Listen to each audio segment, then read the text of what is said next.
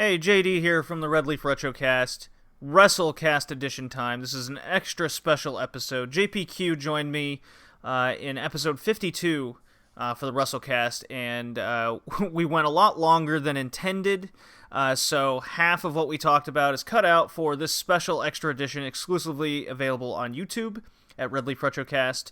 I hope you guys enjoy us just kind of talking banter and long-term booking, NXT Japan type stuff. Whole lot of things that we discuss. I hope you guys enjoy, and when it gets cut out briefly, that's supposed to happen at the end, so don't worry about it. Hope you guys enjoy.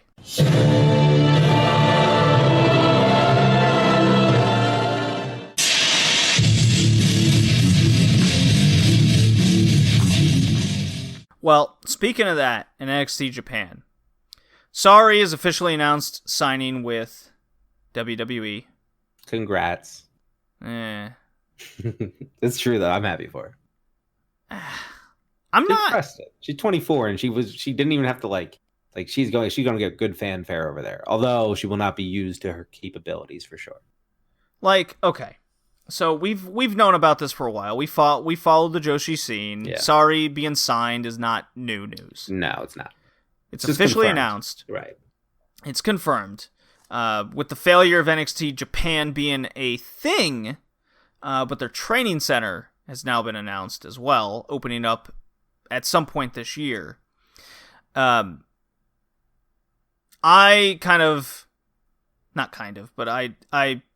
said that, hey, of course I hate it. We probably won't see her wrestle for 3 to 5 years. You know what? I thought the same thing about Shotzi. You know. And they gave her something. They gave her a Rumble, you know. Woohoo! She Shots came out on her Blackburn. tank once.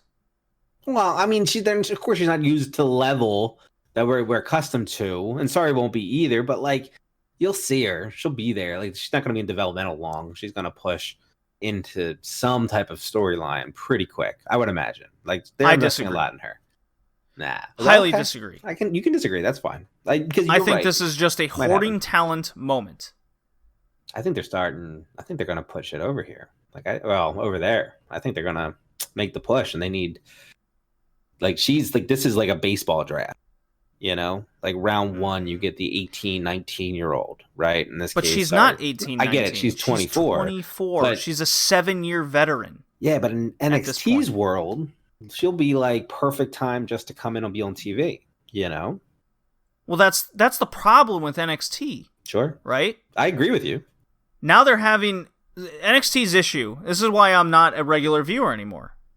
So this kind of goes into, well, NXT Japan. It's a training center. I hope it happens. What the hell? I hope it happens. I don't know what the fuck they're gonna do with there. Just because she will train people, and she's now got resources where she can. That's huge for all of Joshi. You know, whether they pan out for WWE or not, like they're still getting Kagetsu training in WWE resources. But it's not their style. That would trickle down. If WWE truly wanted to hire people, they're not to make them better wrestlers, no, they're going to do a WWE style. Well, then Kagetsu is certainly not that person. No, but she would for the check. I don't think they would hire her in the first place. Probably not. Well, that's probably fair. Yeah. So NXT's big issue, and we'll get into Portland and WrestleMania here in a second, and finish out. Well, we still got 2 more topics. Shit. Always long conversations with you. 100%. I knew this was going to be like 3 hours. Can't wait. Can't be. I gotta go to work in the morning and be lazy. Right. So, I'm not a regular viewer because they have all this talent. Okay? All this talent. You look on Raw, SmackDown, everyone's like 30 plus. Basically at the tail end of their careers already. Mm-hmm. Okay? You look at NXT, all in their mid to late 20s. They're already veterans, but they have to relearn a style. So now they're not wrestling as good as they used to be. Right? Now they're in reprogram mode. And they're cutting these weird-ass promos. Sari going to NXT, whether this is NXT Japan and being in training for the next 4 years, or being put into NXT UK, which is a feeder of a feeder at this point. If anyone disagrees with that, well then, who the hell's watching NXT UK on the regular? Except like a few people. Chelsea Green is a great example. And she's kind of heavily on the show to an extent. Yeah, they're trying to do something with her, but she's never really been. I mean, there was a reason that she's looked at as the number 4 in the all for like, you know what I mean, for Fatal 4-Way. But here's the thing: she was one of the top stars of that show. Like, it's not a coincidence that the Bucks and company chose Laurel Van Ness, Britt Baker, Tessa Blanchard, and who was the 4th? Madison Rayne?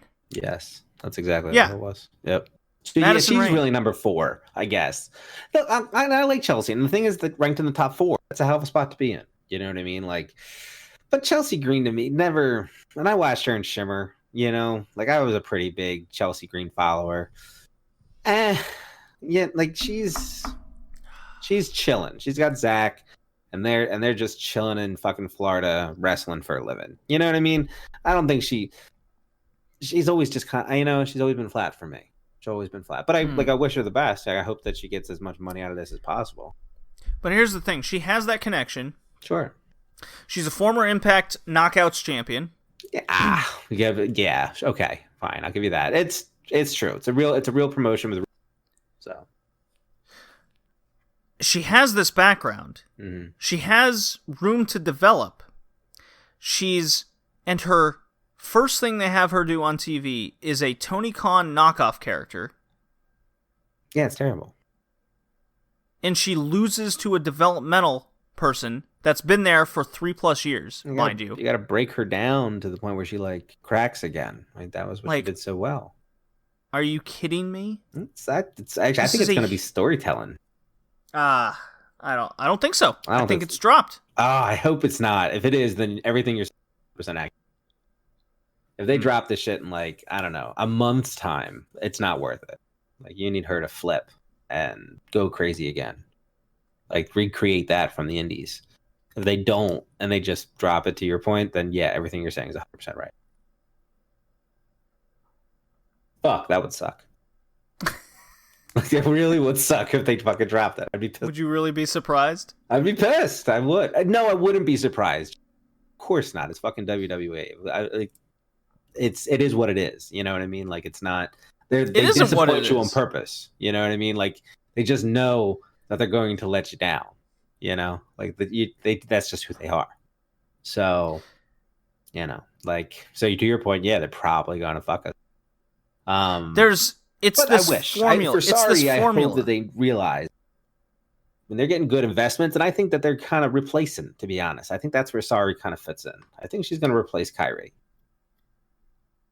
You know, like I think I see Kyrie retiring in 2020. If not retiring, coming back to startup in some. Well, yeah, okay. So in ring, sure, retiring. Yeah, she's done in 2020. Sure. I see what you mean. I think that's okay. I would like that. You know, she was beat up for a long time, you know, for a long fucking time. You go back and you watch the, you know, first 2/3 of her career. It's like, Jesus Christ. That girl put in work. She really did. It's crazy. It's a real bummer that she's so small. Fuck.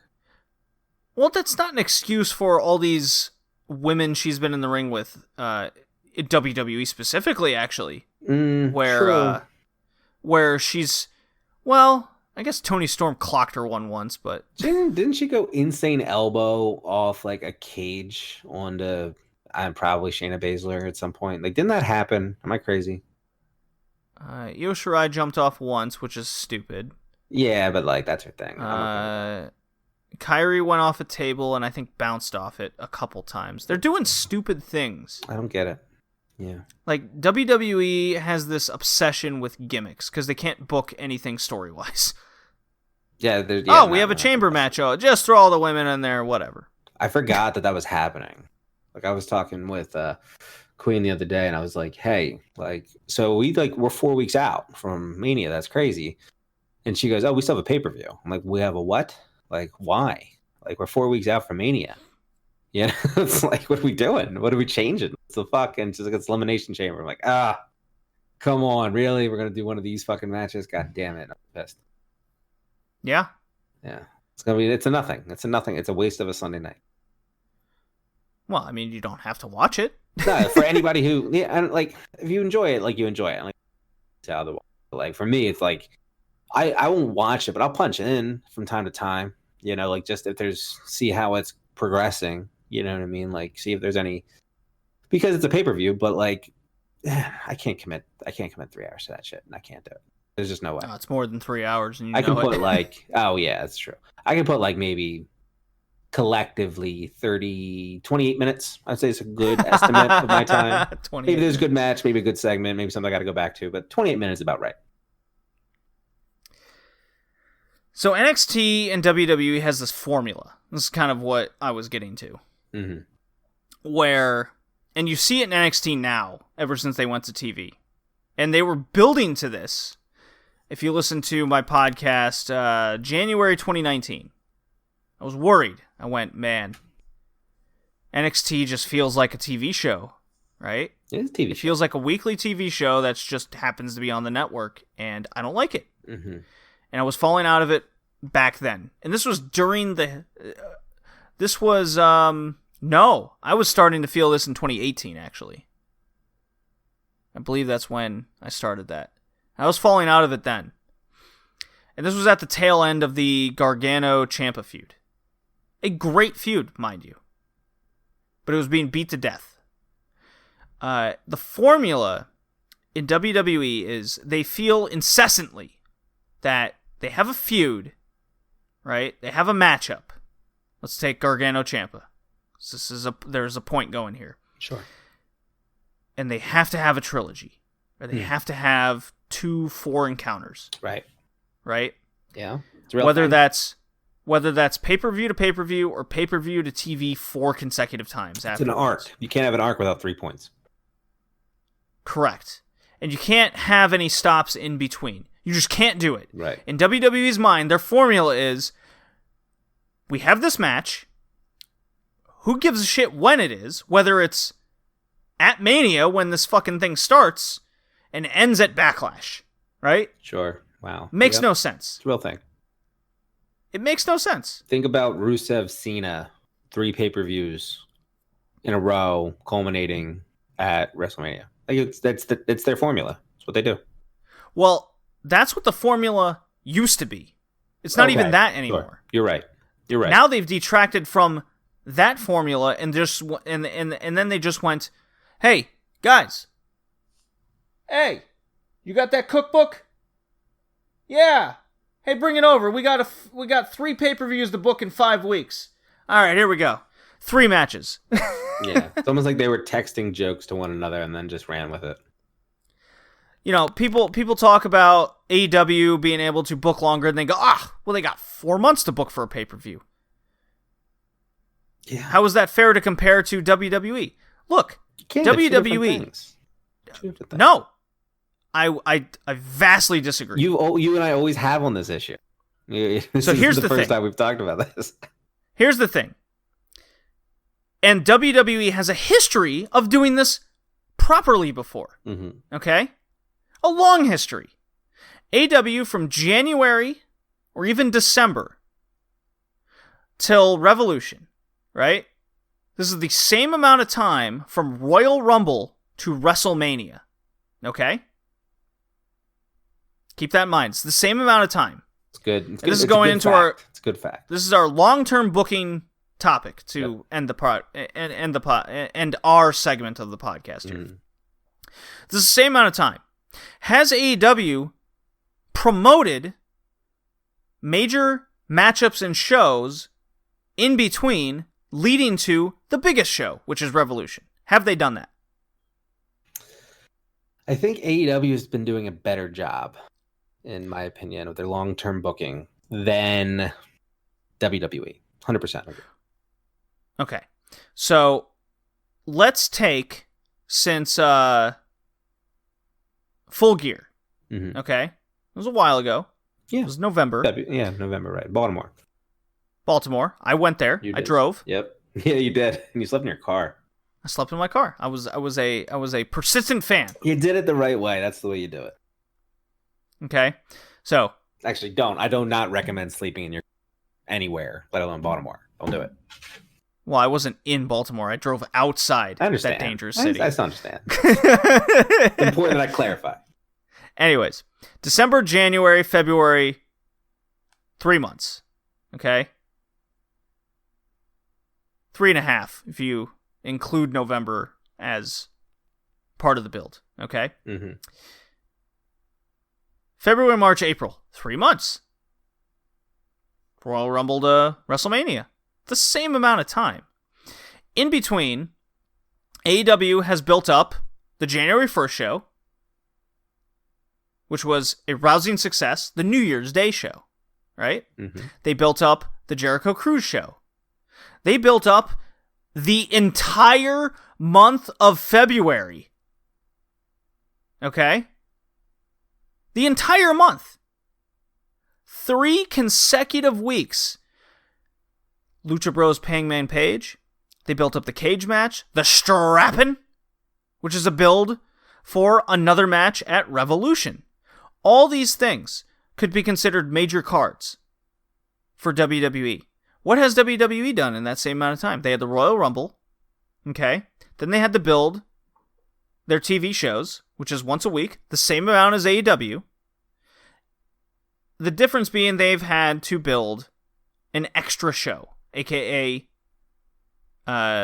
Elimination Chamber, and the Saudi Arabia Blood Money show. Okay? Follow me so far? I'm with you. Their advantage to building that extra show that they have is Friday Night SmackDown. They have an extra 2 hours. Okay? Mm-hmm.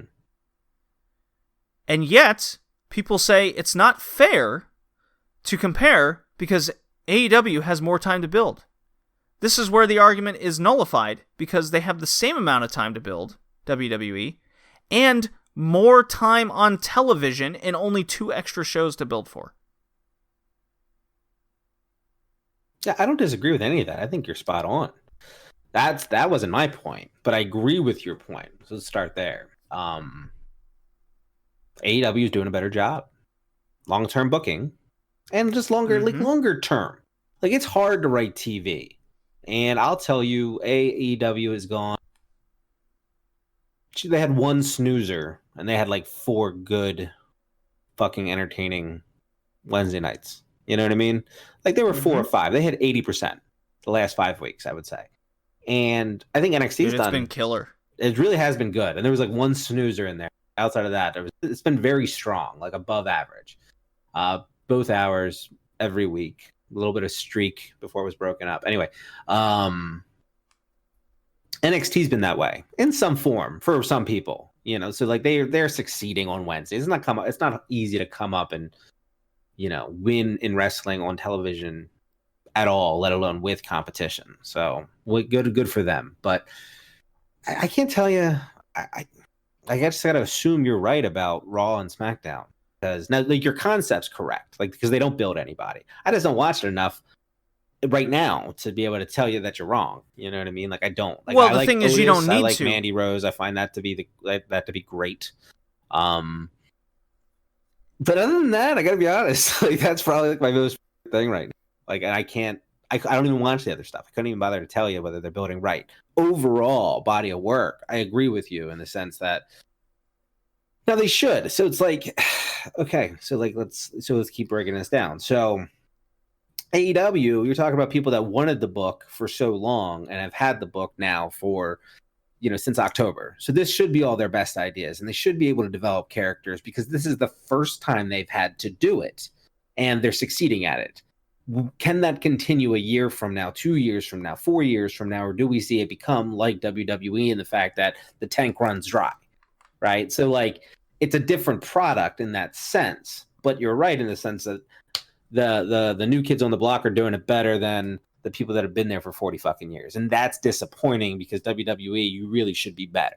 You know what I mean? Like, you really should be putting everybody to task, innovating the entire industry worldwide of what wrestling is. And you can't because, you know, you're focused on things that are out. Like, you're focusing on business things, right? How to be globally, you know, aware, like to do all that bullshit. So you want to be a corporation, you want to take over the world. Okay, I got it. But because of that, the wrestling suffers. And that's a problem because these cats come on TNT and they're making you look like a fool on both Raw and SmackDown. And that's crazy. You know what I mean? Like, that's NXT's making you look a fool on Raw and SmackDown. Shit, they gave the nod to NXT at the Royal Rumble this year. Like, yeah, obviously that's booked and it's like it's all kayfabe and shit, but like still, like that's a rub. You know, that's a real thing to get people to watch. And you did it at the expense of Raw and fucking SmackDown. One's on USA Network, one's on fucking Fox. And you didn't even give Fox the rub. Like, crazy. Like, they spend billions of dollars. Like, it's I don't even understand it. Anyway, so to your point, you're right. You know, you're absolutely right. AEW's kind of just kicking ass right now. Well, and WWE is the other falling thing short of is the bar. you can see characters developing, which is very important in Western wrestling. You just see stories pop. Like I'll tell you this. Okay, let's use where you're going with this, right? With you going with Hangman? Sure, we could use him as a great example. You can use him. Like, just start. I'm not even going to break it down because we would be here all day, right? But just the fact that, like, he went from having a drink to now being Kenny Omega's tag team champion partner, and he also still is drinking. It's like, and that's going to lead to a feud probably between those two at some point, leading back to a title rematch. You know, like, there's a whole bunch of shit. You could plug Full Gear behind that, make it next year, and this is like his redemption, and you got yourself a crazy. So, like, there's so many things they could do. It's amazing. Absolutely amazing, but they're not the only Well, ones. it's also interesting because you can't forget that, like, Omega and the Bucks don't drink. Right. Yeah, that dynamic is what makes it. Right? That's a dynamic. So they see Hangman as kind of being the party guy, as you have a problem. But then the fans think it's Stone Cold Steve Austin going here. Oh, he's having beer. That's awesome. Drink my beer. You have fans with signs going, please drink my beer. Kenny Omega has to be the babysitter of one of the elite because they're worried about him. Like, come on, that's great. That's a great story. And it came out of nowhere. Nobody was expecting that. I mean, you could see that. I mean, you could see the progression, but like, you was... wouldn't have guessed this type of storyline to lead off Hangman Page's career in AEW. You know what I mean? No. Like, and they're letting characters develop. Jericho becoming, well, he's finally Jericho. Okay? It's so much fun. It's everything I wanted as a fan of his growing up. Like, I'm rewatching 98 Nitro with Chris Jericho. He doesn't give a fuck, right, on this show anymore. You can tell. He's mimicking Goldberg. He's doing all this shit. He's running through parking lots away from Dean Malenko. And then if you remember, like, oh my god, if you're watching the Ruthless Aggression bullshit from WWE's documentary, oh my god. They basically throw this guy under the bus. Like, it's revisionist history that you've never seen before. The first ever undisputed champion, it's all about Triple H and Evolution. Fuck them. Fuck Jericho, right? He did not exist during this time, as far as they're concerned. It's incredible. So, and you can even go to the list with Kevin Owens, you know, and that whole saga, and how it was the best built storyline of the year. It was. And yet it was second on the card at WrestleMania, right? Yeah. To finally see this guy be himself, it finally feels like, as a fan of wrestling, right? To see a guy break through a glass ceiling. And it's on TNT. And so be, and on TNT of all things, with Schiavone so of all things. It kills me. Like, it's almost like it's completely wrapped around, and he's finally that guy. This motherfucker. He's finally the guy.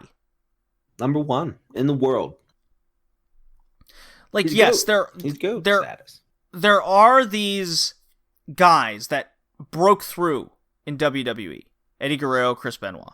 We could put them as 1, 2. Daniel Bryan, he's another guy we can say. 1, 2, 3. Okay? But have they ever felt as the guy? No. They never did. Because of this WWE formula and how they perceive their guys.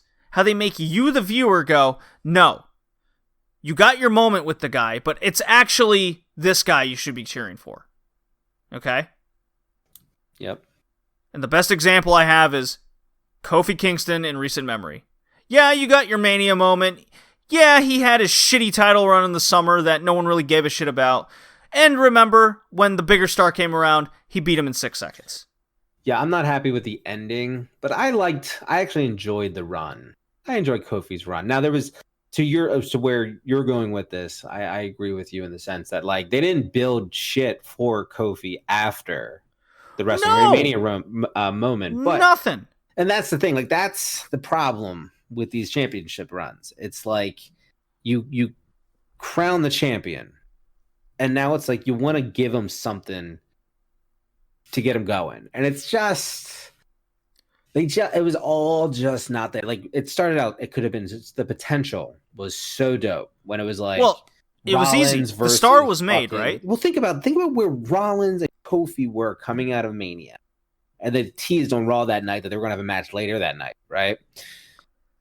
So now, like, Kofi, decent run, good matches, definitely, but like they could have built so much more into it. So I 100% agree with that. Kofi didn't do anything wrong. It's fucking WWE. But look where the fuck Rollins is right now, too. Like, geez, you want to talk about a guy fall from fucking grace? Like, that dude dropped like a sack of bricks. Like, it's unbelievable how much people hate him right now because he is terrible. Like, I would say it's a tale of two. It's two of the same story, just with two different results. Right. So here we go. I'm here. And this will lead into my worry with Drew McIntyre, because I've been on Drew McIntyre's case for almost 2 years now. Okay. So Kofi Kingston, I had an issue with the build to Mania, but regardless of my thoughts, that Mania match was really good. The crowd reacted stupendously. Yeah. And everyone got their moment, right? Sure. That is their WrestleMania trademark moment. Okay? I hate the phrase. That's what they got. It's a real thing. And then I saw it firsthand at Money in the Bank. I went to that show. I regret going to that show, but I saw it with a friend and I laughed at the end result. The fact is, the Kevin Owens build, the Kevin Owens match against Kofi Kingston was garbage. The crowd didn't care. Kids were on their cell phones watching WWE 2K shit videos in front of me. There were multiple rows of that. They were not into Kofi Kingston. And that's a fault on WWE. Right. Okay? That is a fault on marketing. That is a fault on promotion. That's a fault on booking. It's everybody involved. I don't only count Kofi Kingston as the problem. It's everybody. Yeah. Okay? Well, they've proven that for a while. You can't trust them. So then WWE gets the Fox. Right. He loses in 6 seconds to Brock Lesnar. Yeah, He's had the title ever since. It still pisses me off. So it's like, why would you invest? I'm a Brock fan. There's no justification. That's like, why would you invest in a champion then? He lasted longer in the Rumble, staying in the ring, and he lost his championship in 6 seconds. It's just Jesus fucking Christ. Yeah, and the Rumble was like a reiteration of, yeah, you shouldn't care about this guy. Yeah, but at least he had like a little something, but still, like, I mean, obviously nothing. Like, still well, what has something. They showed him a little something more, but fucking Christ, 6 seconds. Well, this was all over Twitter and social media after he lost the title. He goes, people are like, he'll get back to where he was. Well, they wouldn't just drop him like that. Where has Kofi Kingston been since that loss? He's been right back to where he was as a tag team wrestler throwing pancakes. I still like him. It never happened. I still like him. I do. I want them to push him again. I don't know if they will. I don't know, but damn, that's the problem. I hope they fucking. It's like this 8-month title run never happened. Where's Jinder Mahal? Like, I hated his title run. He wasn't the worst champion I've ever seen. Although they could preach him up a little more. But that's the problem. Like, he held that title for like 5 or 6 months. And coming out of it now, people now use it as a punchline. That's a problem. That's a problem. That's a problem. right? He beat Shinsuke Nakamura. He beat Randy Orton. He had this long title run, longer than The Undertaker has ever held the fucking title. Mm-hmm. It's true. And he's not even on TV. Flip on the fucking radar. It's like it's like it never existed. So champion. Jesus. And then we can look on the flip side of Seth Rollins. Seth going into win it again, but fuck, his fall from grace really does blow.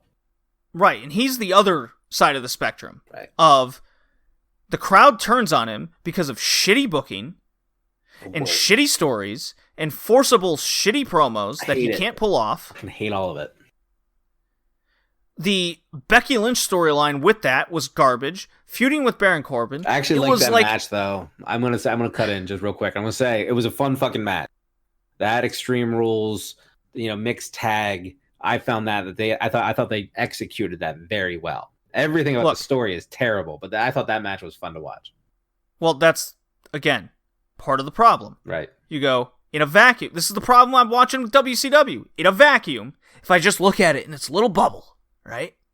And I go, if I just forget the story, and I forget all the fallout, and I forget this, and I just ignore this, this singular match in this, 3-minute span, it was fantastic. Mm-hmm. But it was. You can't see it that way. You can't, because then you remember, the story was garbage. The fallout was even worse. You know what's funny? I still laugh about. I think it was 2 WrestleManias ago.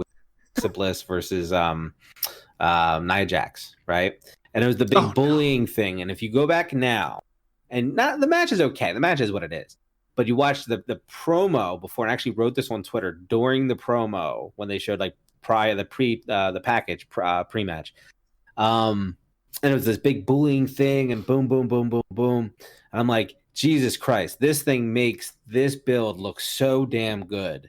But it was like a terrible 2.5 month build leading up to this message, but they cut it beautifully in the 45-second pre-roll. And I'm just like, I was just like, people are going to remember this as being a lot better than it actually was to live through live. It was a terrible week to week to week progression until they finally that's the Attitude Era, right?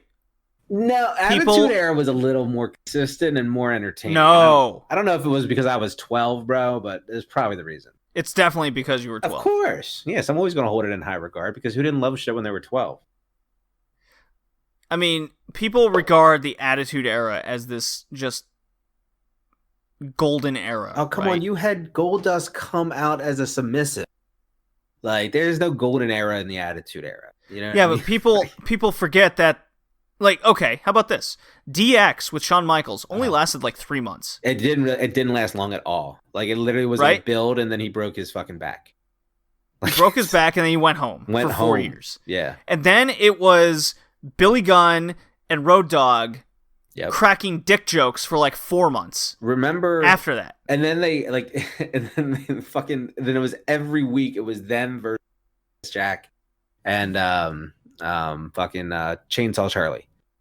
Every fucking horrid. week. Yeah, that's true. It's real. That was a real thing. It was horrid. It was fun when you remember the moments of the dumpster dive. But it was a slog to live through, sure.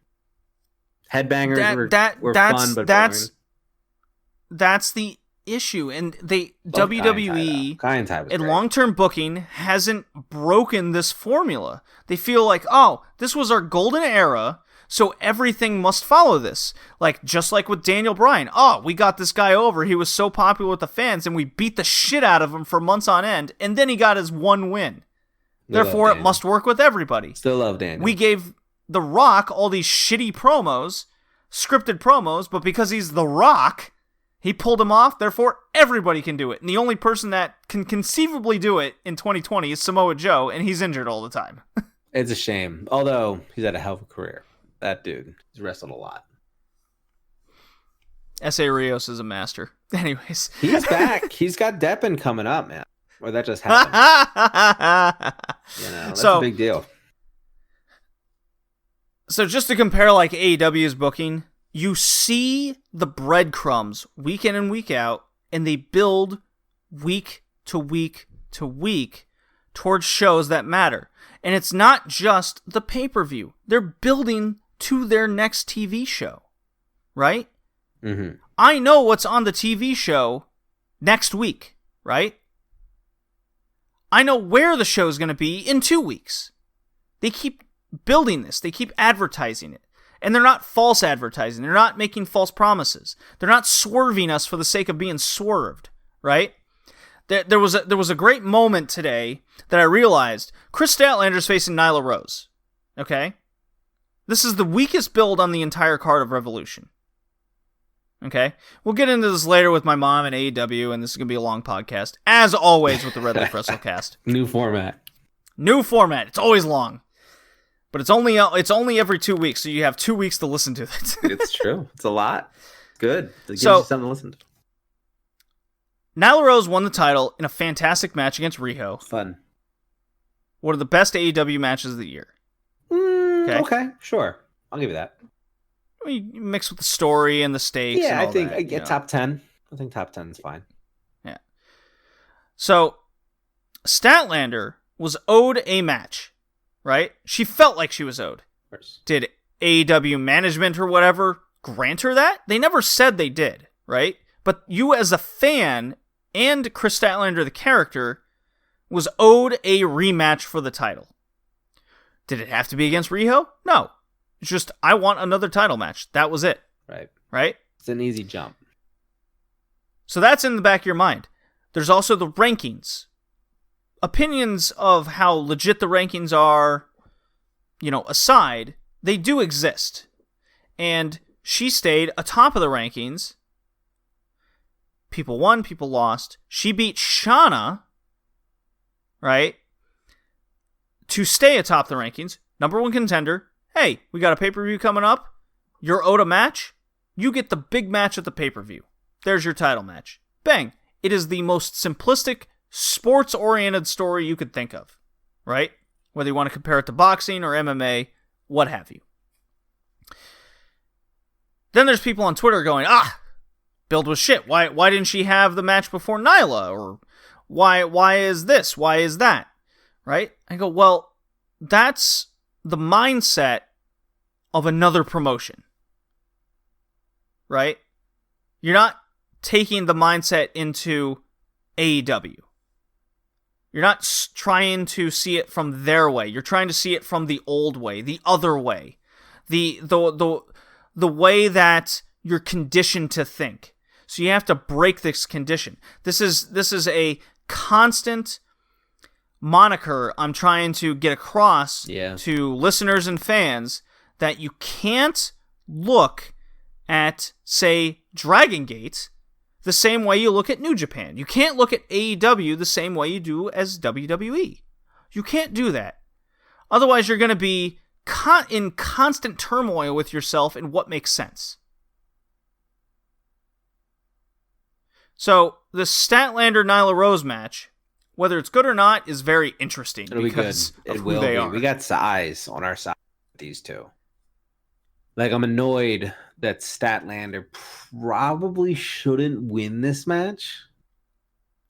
But, like, that kind of pisses me off because I want her as champ. Like, and this is now, like, her second shot. Like, how many losses can you take to the champ? So, but, yeah, it's... Look, here's where I am with AEW women, because I'm glad you brought them up. Okay, so back to what you were saying. Yes, people should take the time to watch different promotions just with a complete no fucks to what they're watching. Like, just take it for what it is, and then watch it again, and watch it one more time, and see where they're going, and try to follow. Like, it's not.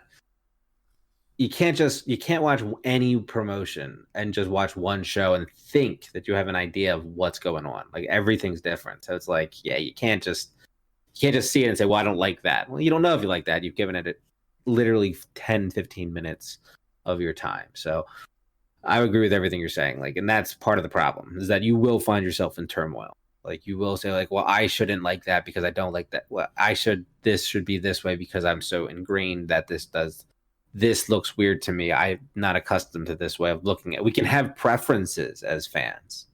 Sure. But you can't just nitpick shit to death because it's not what you're conditioned to, right? And that's really what it is. It's not a preference at first, right? It's a preference once you learn all these other ones. Then you can pick and choose what you like and don't like from each. And then that can make you feel more justified or more fulfilled about what you do like or what you might be conditioned to. But if you don't give it the opportunity to learn about it, then you run into the issue of not knowing, right? And then just like hating for hating or shitting for shitting or commenting for commenting, right? Like in a know-it-all type of like mindset of some people. Like, I'd rather say it sucks if I don't understand it than ask the reason why it's good. You know what I mean? Like it's easy to defer to it being bad instead of asking why other people find it good, right? And so you have to take that step to educate yourself on all these different things, and then from there you can make an educated decision. And at that point, nobody can tell you shit, So that's the way to do it. So there's even a little expansion here with booking comparisons. Shanna for secondary belt. You're with me on that, right? If one comes into the women's division, sure. I think it should be. I think it's better. I don't think the roster's big enough for that, though. No, I know it's not. But like, look at Shimmer, right? With what they do with the top title and then the Shimmer Hearts, Princess of Hearts, or whatever it is. I would rather, instead of a mid-tier title in AEW, see a tag title. No, I don't. Not yet.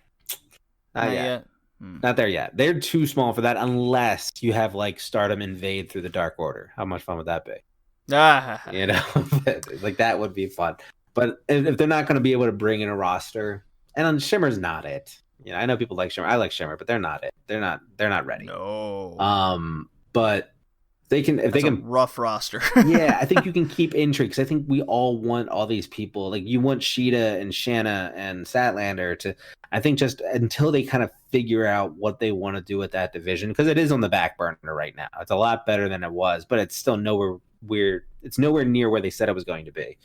And the whole nightmare. Well, it's just taking much longer. It's taking longer, and that's fine. And you should give them some time.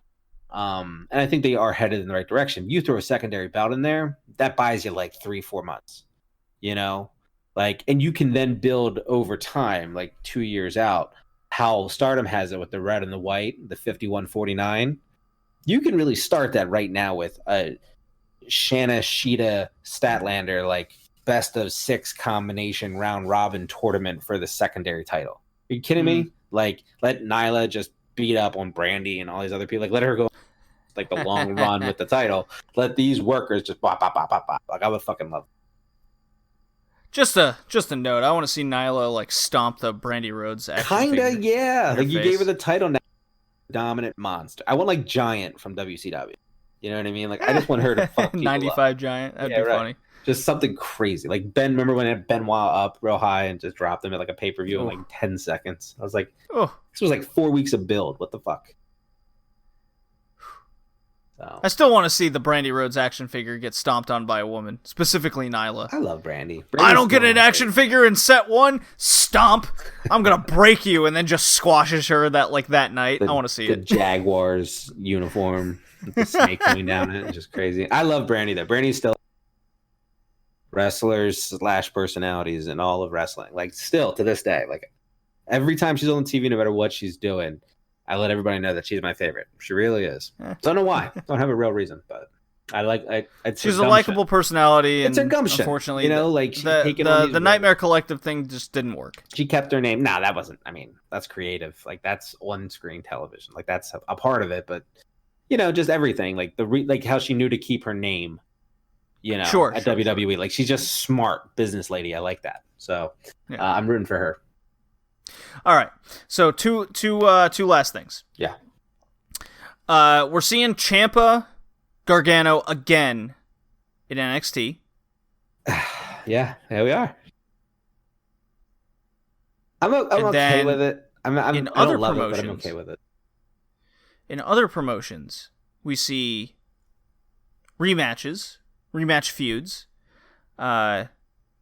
2 years or less, all the time. And your size kind of reiterate kind of my point I want to make with NXT is what we talked about earlier with this formula that they have to face 3-4 times in a row. They have to. It's almost they can't just have a one-off, right? Unless they go directly for a title. If it's in the title, they have to have 3-4 matches. In NXT case, and this has been the case for the past 2 or 3 years, now that the revolving door is essentially gone, is you see the same match over and over again, and then you're sick of it. It's run its course. You don't want to have your Thanksgiving dinner at Christmas time, right? You want to have a Christmas dinner. You follow me? I'm 100% with you. So the difference being with, say, let's just use New Japan out there. How many times have we seen Okada Sonata? This past year, I think it was 4. We saw it 4 times. Yeah. Now, do we get the feeling that New Japan in 2020 is going to run back Okada Sonata again? Not right G1? Now. Oh, in the G1 maybe, sure. Just one match maybe? I could see it. I think they would keep them on separate sides of the block, and they would tease it, but then it wouldn't happen, you know? One of them wouldn't make it. But they're not gonna have a feud in the New Japan Cup, and they're not gonna do it again. There'll be a callback at some point, but it'll just be a touch. Right. Yeah. They're just gonna touch on it. Mm-hmm. It's not gonna be a feud. Nah. It's always there. It just lingers in the background. It's just a burning ember, you know? That's all it is right now. Yeah. Okada Naito. We've seen that countless times. Yeah, we might see that again. But because we don't see it at, say, Wrestle Kingdom, and then they run it back at New Beginnings, and then they do it again at Dominion. Right? You don't see that. If anything, you'll see it, like, if they were to do it, which they have in the past, you'll see a match at Wrestle Kingdom, and then they'll do it again at Dominion. And then they might run it back again in a match at the G1, maybe the G1 final. Yeah, right? You never see it on the lead up. It's always at one of the shows. They'll do it. If New Japan does it, it's at major shows, not in between. And then you won't see it again for years on end, but it won't be a feud again. It will be just a single match. Yeah, unless it's like a secondary title. That's the only time I could see it like play out. Like think like Naito Ibushi this past year. I'm not saying they're going to call back to Naito Ibushi per se, but like they do things like that where they'll have a callback and then it'll run a little program. It's typically more of like your non-championship guys. You know, like Tai Chi will find himself with Naito at some point this year for an extended period of time, more so than they already have.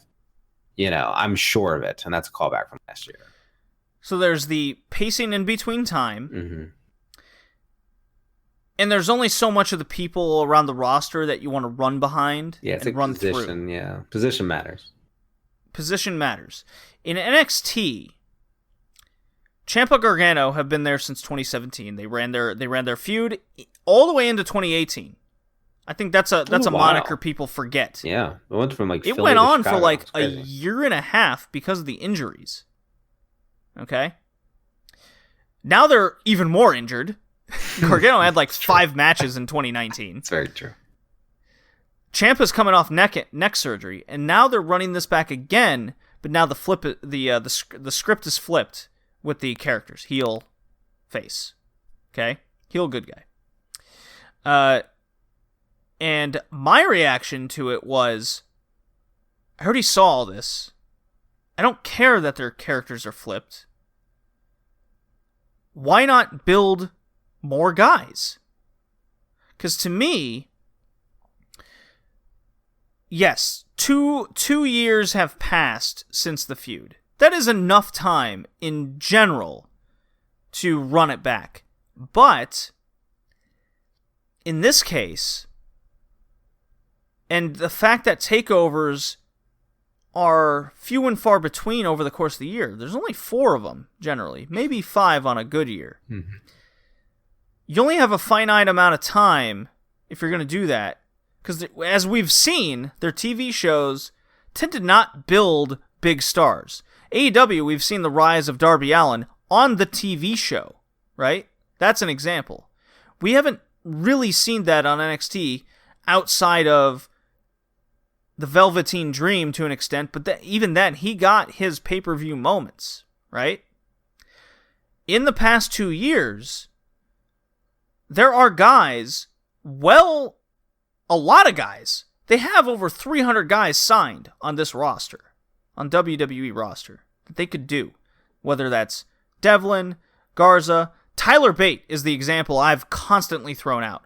What in the fuck has he done since the Pete Dunne feud ended 2017? Right. Yeah, nothing. Shit. Pete Dunne, you're right. I mean, they got his. We talked blue chipper before. I mean, Tyler is as good of a blue chipper as you can possibly get. Dude could own UK right now. Just own it. But fuck. Like, you could take NXT UK out of this equation completely. Sure. They still have all these guys signed. There is zero reason with how much they haven't was so good. Done anything with Tyler Bate, right? Why isn't he challenging for the North American title over Dijakovic for the 60th time? Why isn't Tyler Bate in a program with Trent Seven against Matt Riddle and Pete Dunne immediately? Why isn't Tyler Bate in a feud with Adam Cole instead of Finn Balor, who beat Johnny Gargano, mind you? Why isn't Tyler Bate facing Gargano? Right? There's all these easy things. Why isn't Gargano going to NXT UK to give us a reason to watch that show and challenges the biggest, baddest dude there? Tyler Bate answers the call, and they have a match on TakeOver in UK and TakeOver in the US. Like, these are just things top of the head that they could do with just this one guy, let alone an entire roster of guys. But no, their solution, their idea, is to run back a feud that ran its course 2 years ago. And that's where it loses me. This is a big part of why I think that NXT is losing to AEW week in and week out. AEW is building breadcrumbs for the future. You got Kip Sabian, you got Joey Janela, you got Jungle Boy, you got MJF, you got Darby Allin, you got Sammy Guevara. That's 6 guys I just named off the top of my head that you see the breadcrumbs being built for these guys. And they're in major feuds, major matches, and they're being built. In NXT, who are these guys? You could say Keith Lee. You could say Velveteen Dream, but he's been doing that for 2 years. Where has he gone up the card since then? Right? What has been his development? Roderick Strong's been in the same position for many years. Pete Dunne was the longest reigning UK champion, and now he's, I do like it, but he's Matt Riddle's sidekick. Right? Yeah, I mean, sure, I'll give you a sidekick, but I think that's just because Matt Riddle's a star. I'm not saying do they he's a see good him star, as that? But he's a star.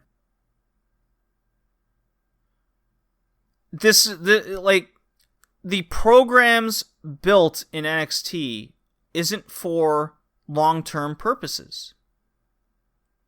It is for a week-to-week base show. Right. No, that's in true. that WWE formula. And then that's what so give me your thoughts, and then I can finish up with some Eurographs, and we can get out of here. Cool. So I'm all about everything that you said with regards to NXT and kind of what they're doing. Gargano, back to that. So back to what started this, which was, again, we've got Gargano and Blackheart one-on-one. Ciampa But I sit there and it's just kind of like, I get that you can move away from it. So I look at this as being chalked up to long-term book. So it's kind of like part of the theme of the show today, right? And I look at this long-term booking, and ultimately, when I dissect it, and I'm going to look at this finished product of a story, a lot like Okada and Naito from 2013 to Wrestle Kingdom 2020, right? Like in that long-term story, what Tanahashi and Okada still is right now, and that Right. long-term booking. I look at Ciampa, I look at this as being the same ilk, right? This is cut from the same cloth. So how many this could be number 3 of 5 for all we know. This could just be the middle of the story, and this might just be a little blip on the radar. So I don't really hate that they're going back to it, because I hope they hit this 2 or 3 different times, including main rosters. You know what I mean? Like, maybe not, but like my point is like I hope to see this underarc type of story continue for these two forever, because I think they're just friends and this is what they want to do. So I'm all about it. With that said, there's too much talent in NXT right now to bring 2 people that are injury prone back together to have a fight and let everybody sit. That's the problem that I've always had with WWE. Yes. And this goes to Cena and CM Punk, although I enjoyed him. I enjoyed Cena too, but same thing, right? And Edge and Randy Orton and Triple H when he was there. Oh God! Don't even get me started on that guy. It's just like you ceiling. Think Ronda Rousey last year, or what would be 2 years ago now. You know what I mean? And how she put a ceiling on everybody, so that creatively you're only forced to do story. You can't climb and decline, and break back down. You know what I mean? There is no variation. It's everybody's stuck in this fucking box because these people are on top. And that's kind of what this story told me. When you have as much fucking talent as you have, and you're dipping back into the Gargano Ciampa. Will it be good? Yes, it will be good. It's a fun story. It's been a little too twisty-turvy for me when they went up to the main roster and they were kind of together. They both had the titles. Then they both get hurt. Then they go away. Then it looks like Ciampa turns and goes face. Then all of a sudden now the other guy's going dark, but it's more in like a I've learned from you sensei type of way. You know what I mean? Like the bullshit. Right. And so now we're dipping back into it, and it's just like there's so many more interesting matchups right now in NXT leading into WrestleMania. Like, why? Why is this capping it off? And it's because, of course, it is, right? Because that's the formula of WWE. It'll be good, and I hope it continues after this with some other bullshit later in different years, like callbacks at different times, a lot like with New Japan. But, it's just like it kind of feels wasted. It's not. They just got back. Nobody's really invested in anything other than their comebacks, and now you're pitting them. Now you're picking up the story where it left off, and it's like, I don't know. Maybe contracts are coming up, and they want to put a fucking bow on this before then. Maybe one of them's retiring because of injuries. Who knows why the real reason is? But it's just maybe somebody failed a wellness policy and they'll suspend him after Mania. Exactly right. You know what I mean? It's just gonna be one of those things. So like, and if it's one of those things, okay. 2 years from now, I hope they call back to it and it's more interesting than it is now. To your point, there's a lot of talent in WWE. They really should get some of these people out there and get fucking Dream up to main roster. It's crazy. Like, this is a dude that doesn't even have a storyline.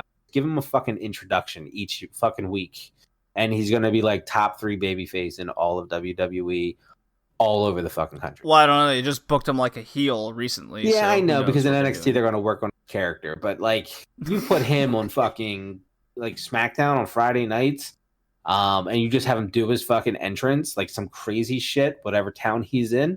Like, the dude's over like Rover, you know what I mean? And he can just print fucking money and merch at that time. And like, he fucking deserves it. That was a tough enough guy that actually you can market. Like, you can take to market. Like, you should pimp the shit out of this guy. Fucking ridiculous.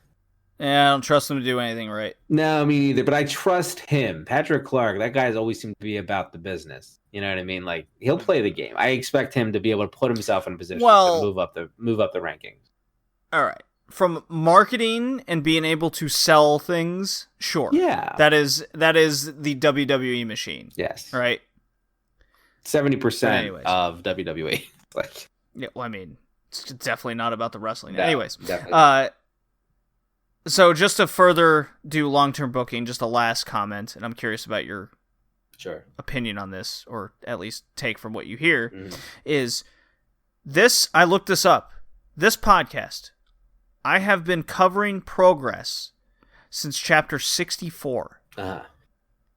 Every single chapter and house shows that they put up. Every single one since 64. Yeah. Chapter 102 is happening, and this is going to be the first chapter I am not going to cover. Wow. And there's a reason behind that. And I've also been covering WXW in the exact same amount of time. Okay? For just the podcast purpose of the time frame. Okay? The difference since NXT UK and how these two promotions have handled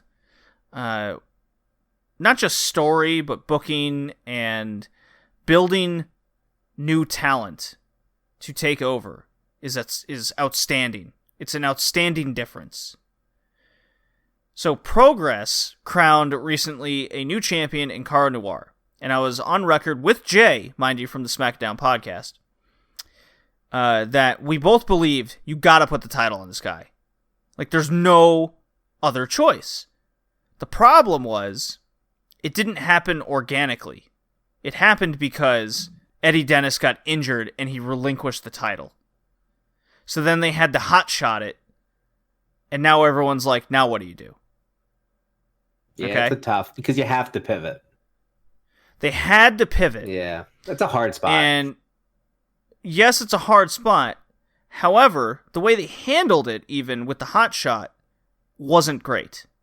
Because they built an entire show around, well, now everyone gets a title shot except this guy who had a title shot. He's now thrown in a fatal 4-way elimination I actually match. remember hearing you talk about this. Yeah, and you were going pretty hard because you were like, yeah, I think I remember this because you're like, he already beat him. Why does he have to go against him again? Loses, fuck this fatal 4-way. It's like, but he goes, but it was a good fatal 4-way. But fuck this fatal 4-way. Well, I think that was your note. Yeah. Yeah, well, it's another fact of you're trying to tell a story. The story's garbage. The story's shite. In a vacuum of the match is good, right? But if you don't have everything that makes to the match and makes you want to see the post-fallout, right? Then that vacuum doesn't matter. This is a WCW issue. This was a WWF issue for God knows how long, right? If you're not invested in anything heading into the match and heading out of the match, then the match itself is all you have to go on. And that's not enough in wrestling. In Stardom, we watch match after match. We watch Takumi Iroha beat the hell and murder Mayu, poor girl. And they have a post-match throwdown and promo, and all we can think about is, God damn, I can't wait till they see each other again. True. Right? Yeah, you're right. In Progress, the problem with this booking and their building stars is Scotty Davis, OJMO, like they're their two big guys going forward. You still have David Starr, you still have some indie guys, but their core guys that are there week in and week out aren't being pushed. I said on record that the big heel faction, right? The whatever their fucking name is. Don't even remember. I hate them so much now. They lose. They've been losing for months on end. They never win. They don't feel like a force, but yet Progress sees them as a big deal. Well, you can't book anything like that, right? Like, if the Shield in WWE came out and lost all the time, like the Wyatt family, there's a great example, and you stop caring about them. It's true, though. And that's exactly what happened. So, in Progress's case, Cara Noir wins the title. Well, who's in line to challenge? Who have they built up? Nobody.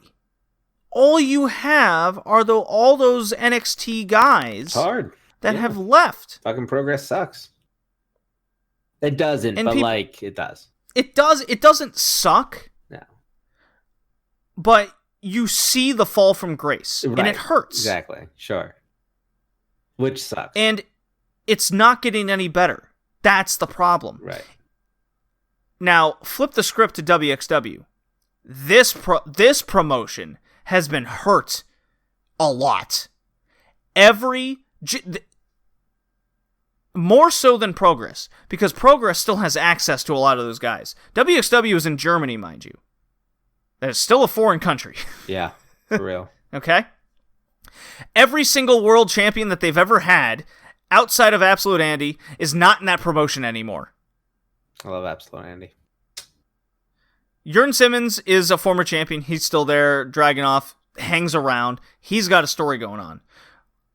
The point being is you see, like, WXW's formula is they have their mid-card title, they build young guys up to that title, and when they graduate from that title, they move on to the main one. You see progression, okay? Progress has no mid-card title. They have no mid-card. It's just the card and then the guy on top.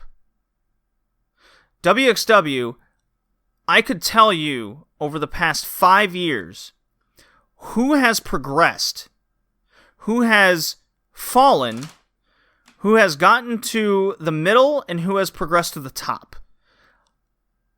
I saw Bobby Guns, a homegrown guy on the German independent scene through WXW and Russell Cult, go from this just dude in blue tights, right? Get built up through organic storylines. And they weren't complicated storylines at all either. It was just he got better. The crowd got behind him. He lost some matches. They built him to a big match. He won that. He even lost the right to challenge, won his way back, and then won the title, and then organically changed heel, or turned into a heel, right? That's a long-term progression of a character and a wrestler, mixed in with a lot of other stories in there. Absolute Andy had one of the best heel runs I've ever seen in wrestling in recent memory. And now he organically changed into one of the best baby faces in the promotion. It's outstanding, right? And he's mentoring a young guy who used to be in a tag team who went from kind of joke jobbers, right? And they were built up. They won a tag league. They won the tag titles, lost the tag titles. One of the guys got injured, and now he's organically winning singles titles. You constantly see progression of guys in this promotion. Now, whether some guys work out or not, or injuries happen, and, Schadenfreude, I'll get into this later, kind of went away because of circumstances, injuries, and Chris Brooks going to DDT. Things happen, right? And it's how you adapt and build guys. Progress has none of that going on, and this has been going on a long time. So it's going to be very interesting seeing where WXW takes 16 karat gold, and if you stay tuned to the show later, you will hear how they built up to the show, and how Progress will now build up. And I'm sure if you listen to the SmackDown podcast, you'll hear a lot more of how Progress has progressed to Super Strong Style 16, a very similar weekend, and how they build stars. So this long-term booking, even from an independent standpoint, is very fascinating with how two companies in Europe have adapted and not adapted. What are your takes of this, JPQ? Well, I don't watch enough Progress to be able to give any type of educated insight. But what I can tell you is this. It's a lot like Ice Ribbon. Mm-hmm. That's just the predicaments that they are in right now. And they have some pretty decent talent. I agree with you that WXW is one of the more consistent jumping off points for a lot of talent. Like, this next crop of like influential wrestlers are like all the fuck out of Germany. Like, it's crazy. Like, out of WXW. It's like from Tommy And I'm not End even saying that the through. wrestling is fantastic. It's not. It's just they're influential. Like when they were together, it was special.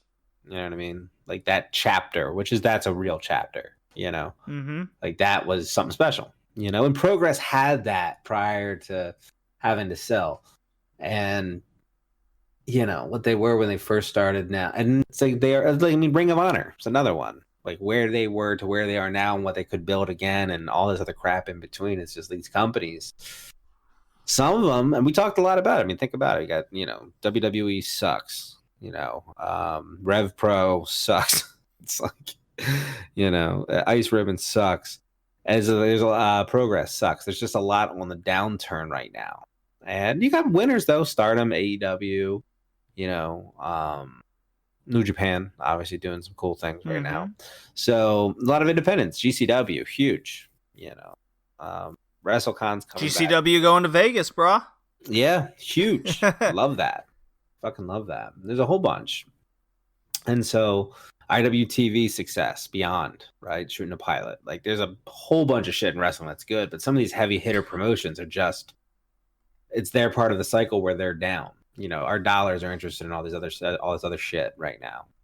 And it's crazy. It's a shame, but it is what it is. You got to adapt.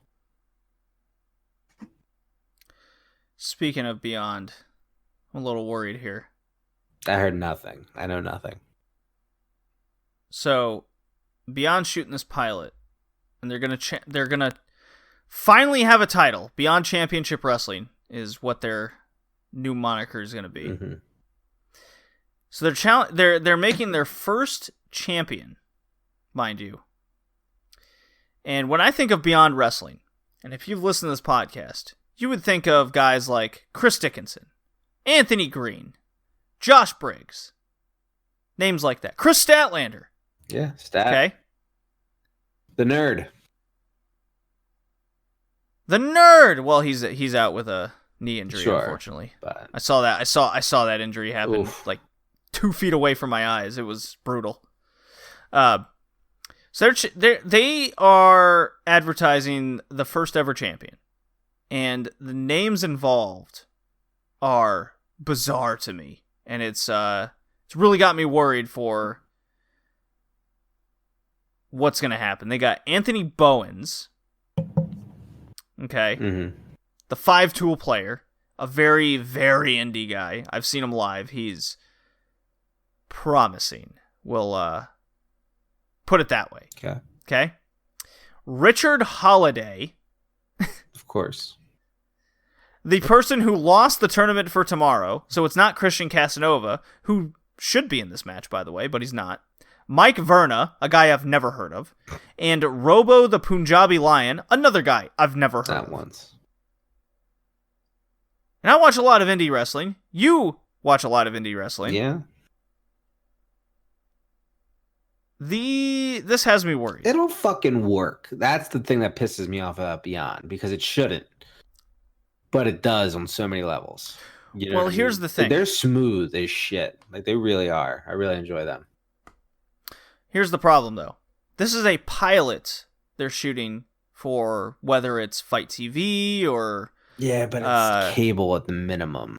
Like, it's premium, too. So it's like, they can do whatever they need to do. I'm not saying their vision would be crass, but I'm saying, like, you don't have to, like, answer to networks or, like, to any demands, And so, like, that's encouraging.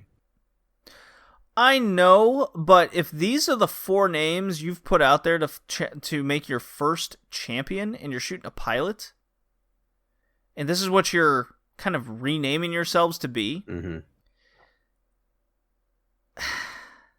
think I'm not about it. Losing the spirit of the brand.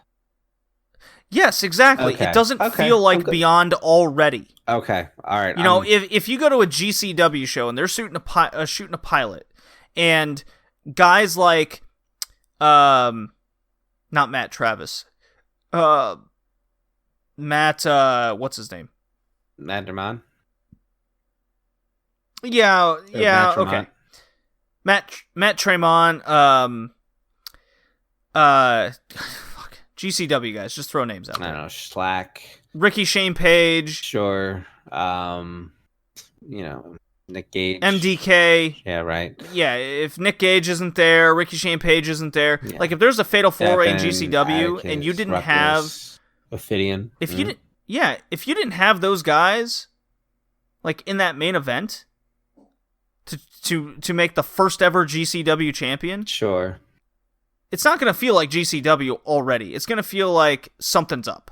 Yeah, it's new. It's certainly new. Yeah. It's really thrown me off. Yeah, I do always like the fact that they always did these crazy tournaments. You know, there's always fun. It was like wrestling games is what I always equated Beyond to. Mm-hmm. You know, like just different ways and things. And maybe they will. And maybe this will be different. Maybe this is a swerve. You know, it's like they're going to do it, but like, oh shit, look, they did this crazy thing. And of course they would because they're fucking Beyond. But like, you never know. You know, like this whole pilot could just be like this crazy fucking thing where it's just like, what the fuck?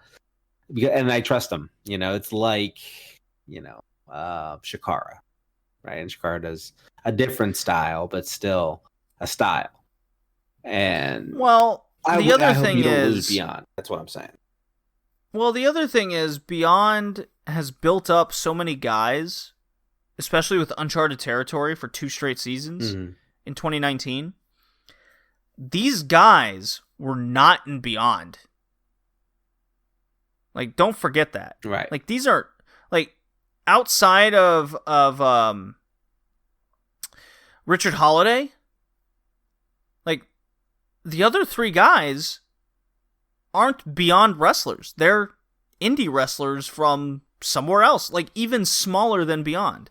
It's very intriguing and worrying to me, like whom is going to be part of this show. And I'm going to the show. It's March 1st. Nice. We'll see what happens. Sign guy, you bring your sign. You know what? I should just bring a sign that says I'm the Beyond sign guy. Hell yeah, you should. You fucking. That's all it should say. Dude, you are, you know, the sign guy. Like, you are a sign guy. There's like, I've met like 6 of you. And it's great. It's my favorite thing is like people that make signs and commit to them. And there's a lot of them out there and they deserve credit. Yeah. Shout out. I haven't brought any signs to Limitless Wrestling, but you can definitely see me in the crowd. Yeah, hashtag watch stardom. That's my favorite one. Your mom was holding it that one time. I was dying. I was like, woo! She gets it. So. She loves it.